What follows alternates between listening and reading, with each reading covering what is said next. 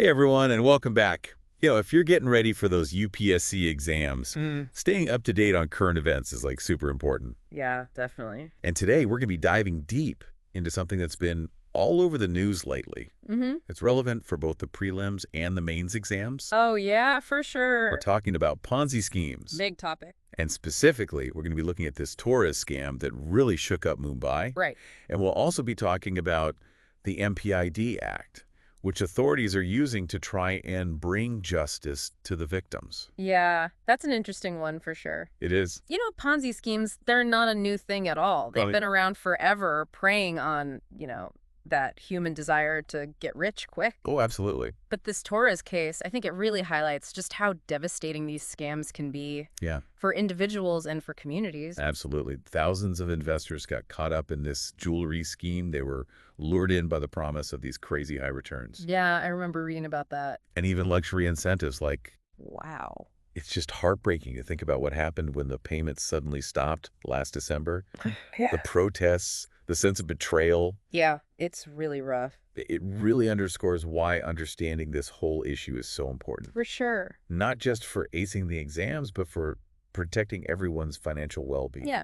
You know, Absolutely. Everyone needs to be aware of this stuff. definitely. And the tourist scam is like a textbook example of how these Ponzi schemes work. It really is. Like imagine a game of musical chairs. Yeah, okay. The early investors, they get paid with money that comes from new investors. Mm-hmm. So it creates this illusion that there's actual profit being made. Right, right. But then eventually the music stops. There aren't enough chairs. And the whole thing collapses. Yeah, that's a great analogy. I like that. It really helps to visualize how unsustainable these schemes are. Yeah. And it makes me think of other big scams that have hit India. Oh, yeah, there have been a lot. Sarada Rose Valley, Speak Asia, Pasiel. These weren't small-time operations at all. No, not at all. We're talking crores and crores of rupees lost, affecting countless lives. It's scary how big they can get, It really is. which is why, India's been working on making its laws stronger Right. to try and fight this kind of fraud. Yeah. So you have the Price Chit and Money Circulation Banning Act from back in 1978, Mm-hmm. which, basically prohibits these kinds of schemes that look like Ponzi setups. Right. And then in 2019, there's the Unregulated Deposit Schemes Act, Right. which really zeroes in on Ponzi schemes Mm-hmm. and makes it easier to take legal action against whoever's running them. That's good. Yeah. And of course, we have those regulatory bodies like SEBI and RBI. Yeah, those are key. They're working hard to monitor financial institutions Mm-hmm. and prevent these scams from even starting in the first place. Right. They're trying to catch them early. But today, we're really going to focus in on one specific law that's become a major tool in Maharashtra's fight against Ponzi schemes. Okay, which one is that? It's called the Maharashtra Protection of Interests of Depositors Act, Okay. or the MPID Act for short. Okay. It was established in 1999. So it's been around for a while. It has, and it actually came out of a really tumultuous time in Maharashtra's history. Oh, really? Yeah, back in the 1990s, the state got hit with this wave of financial scams. Oh. Deposit schemes were failing left and right. People were losing their life It savings. must have been chaos. It was a massive crisis, led to a lot of public unrest, especially in Mumbai, which, is like India's financial hub. Yeah, of course. The government had to act quickly and decisively, and that's what led to the creation of the MPID Act. So it was a direct response to a very specific problem. Exactly, it was. Interesting. Now, you might be wondering, how is this MPID Act different from just regular fraud laws, the criminal kind? Yeah, that's a good question. Well, regular legal proceedings can be super lengthy and complicated. Yeah, for sure. But the MPID Act offers a much faster way to give relief to the victims. Okay, so it's about speed. Yeah. Exactly. It's about efficiency when it comes to justice. That makes sense. So can you break down some of the key provisions of the MPID Act for us? Sure, yeah. What makes it so powerful? Well, first of all, it clearly lays out who can be held accountable. Okay. And we're not just talking about the company itself. Yeah. We're talking about the individuals involved in running the scheme, the Mm-hmm. promoters, the directors, partners, managers, Mm-hmm. even employees. Wow. They can all be held personally liable. So it casts a wide net, It does. making sure that those responsible can't just easily escape consequences. Exactly. And what about the penalties? Are they significant? Oh, yeah, they are. Okay. Those found guilty can face up to 6 years in prison and big fines. Wow. It's a strong message that financial fraud won't be tolerated. Definitely a strong deterrent. It is. But what about getting the money back to the victims? Right. How does the MPID Act address that? One of the most important parts of the Act is its power to attach assets. Okay, what does that mean exactly? So that means the government can seize any money or property that they believe was gained through these illegal activities. Yeah. And then a court can order that those assets be sold. Hmm. And then the money from that sale gets distributed among the people who were cheated. So it's an attempt to kind of make the victims whole again. As much as possible, yeah. Yeah. It's about hitting them where it hurts. You know, taking away those ill-gotten gains and returning them to the people they belong to. Taking away what they gained through their fraudulent scheme. Exactly. Yeah, it's all about trying to, restore some sense of justice after that kind of betrayal. Mm-hmm. But, the MPID Act, it hasn't always been smooth sailing. Oh, right. Back in 2005, Okay. the Bombay High Court, they actually declared it unconstitutional. What? Yeah. Wow. They argued that it clashed with central laws like the Companies Act and the RBI Act. So it faced a legal challenge. It did. So what happened then? Well, luckily the Supreme Court stepped in, both in 2011 Yeah. and then again in 2022. Oh, wow. They upheld the Act's validity, Okay. along with a similar law in Tamil Nadu. Interesting. The court recognized that these state-level laws are super important Yeah. for protecting depositors, Mm-hmm. especially because central laws, they might not fully address the unique problems that Ponzi schemes create. That's a really interesting point. Yeah, it is. What were some of the reasons that the Supreme Court gave for upholding the MPID Act? Well, one key argument was that these fraudulent financial establishments, they weren't really directly regulated by the RBI. Oh, okay. So the court said that state laws like the MPID Act, they're necessary to fill that gap. Mm-hmm. They emphasized that relying only on those existing central laws just wouldn't be enough, Okay. and that the MPID Act is really vital for providing that quick and targeted relief to victims. Makes sense. So it's about recognizing those limitations and empowering states to take action to protect their own citizens Exactly. from these kind of predatory schemes. Yeah, but it's worth noting, there are still legal debates going on. Oh, really? About certain parts of the act. Okay, like what? For example, like what exactly counts as a deposit under the MPID Act Right. and what actually qualifies as a financial establishment. Yeah. Courts are still trying to figure out these definitions like on a case-by-case basis, Oh, wow. which shows you just how dynamic and evolving this whole area of law is. That's true. Laws need to adapt to all the changing tactics Yeah. of these scammers. Oh, for sure. They're always coming up with new tricks. So let's bring it back to the Torres Ponzi scam. Okay. How is the MPID Act actually being used in this case? Right. So authorities are using the act to try and get back as much money as they can. Mm-hmm. For those investors who were cheated, Okay.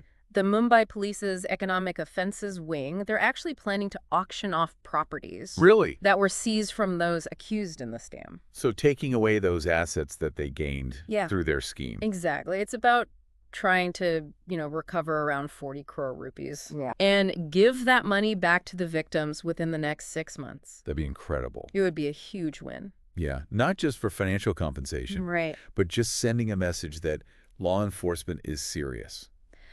About cracking down on these scams, Absolutely. It's about accountability Yeah. and showing that justice can prevail. even in these complex cases. Definitely. This whole conversation, it's really highlighted the devastating impact of these Ponzi schemes, Yeah. not just in Maharashtra, but all over India. For sure. We've talked about the legal framework, Yeah. particularly the MPID Act, Mm-hmm. but I think we need to go beyond just laws and enforcement. What do you mean? We need to get to the root of the problem, And what do you think that is? financial literacy. You're absolutely right. Ponzi schemes, they thrive on people not understanding enough about investments They do. and being vulnerable to those get-rich-quick schemes. Mm-hmm. And that's especially concerning in a country like India, where access to financial education. Yeah, it can be uneven. Yeah, it can. So what can we do about that Right. What are some practical steps? to really empower people Yeah. with the knowledge and skills they need to make those informed financial decisions? Well, there are a lot of initiatives that could really make a difference. Like what? Well, for instance, incorporating financial literacy into school curricula Oh, that's a great idea. from a young age. Catch them early. Exactly. Build that understanding from the ground up. Yeah. And we could also use technology. Okay. Think about user-friendly apps or online platforms that provide easy-to-understand information Okay. about different types of investment schemes, the risks involved, Right.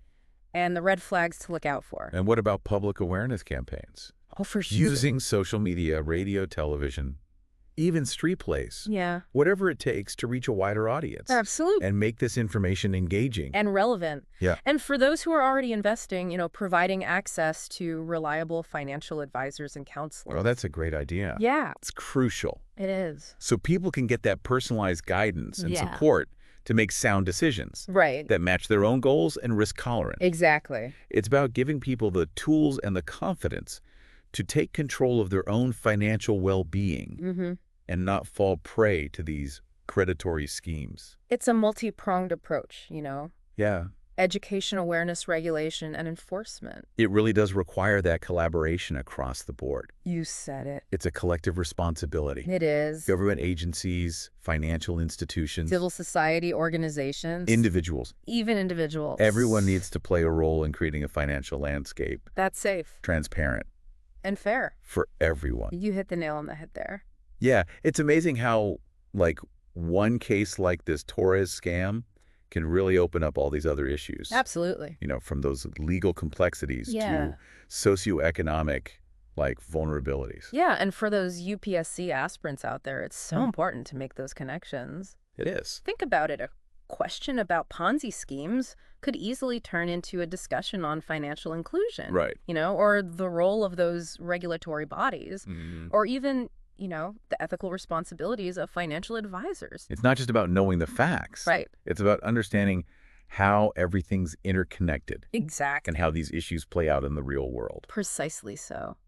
As you keep preparing for those UPSC exams, I really encourage you to think beyond those textbook definitions. Okay. Analyze real-world cases like this Torres scam and consider, those bigger implications. Yeah. Like, how do these scams affect different parts of society? Like, Right. what systemic factors are contributing to, how common they are? Mm-hmm. And most importantly, what can we do to prevent them Yeah. and protect those vulnerable investors? Those are the kind of questions that UPSC examiners really want to see you tackle. They do. It shows them that you're not just repeating information, but that you're really engaging with the material and thinking critically about solutions. Absolutely. And remember, there's not just one right answer.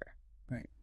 The best answers are going to be the ones that show you understand those complexities. Yeah. You acknowledge different viewpoints, and you propose solutions that are well thought out Yeah. and backed up by evidence and analysis. So to our listeners who are on that UPSC journey, Yeah, remember, you got this. you do. Embrace that challenge, stay curious, and just keep digging deeper. And don't forget, we're here to support you. Absolutely. If you've got any questions, doubts, or you just want to toss around some ideas, feel free to leave a comment below. We love hearing from you. We do. We're always Yeah. happy to chat with our listeners Yeah. and help you make sense of these complicated issues. It's true.